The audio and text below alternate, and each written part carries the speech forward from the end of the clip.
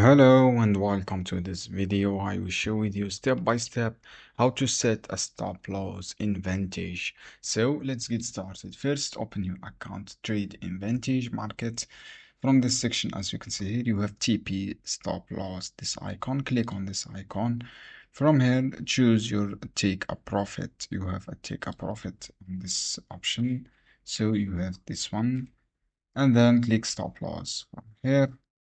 Minimum, this one choose the minimum value as you can see here, and then click market close, this option. So in this case, just choose your take a profit. After that, choose your stop loss and then click market a profit, and then you will be stop loss successfully. And this buy or sell, the same option here. So you have USD euro, also you can take a profit, and then you can set stop loss. I hope this guide helpful for you. Don't forget give like and give share this video. From this section you can stop your loss and take out your profits from this icon. And thanks for watching this guide.